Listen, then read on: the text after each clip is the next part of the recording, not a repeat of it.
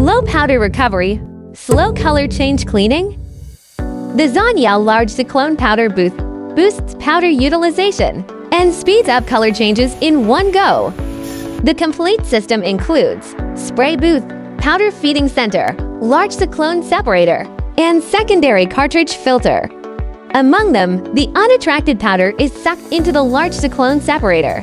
Coarse powder SEPI centrifugal force passes through a vibrating screen to remove impurities and is sent back to the feed hopper for reuse. Fine powder goes into the secondary membrane cartridge filter.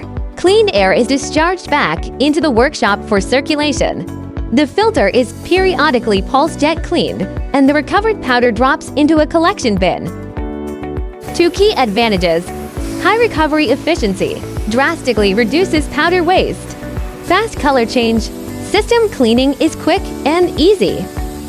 Want a custom solution? Drop a comment below. ZhYao. Together, we color the world.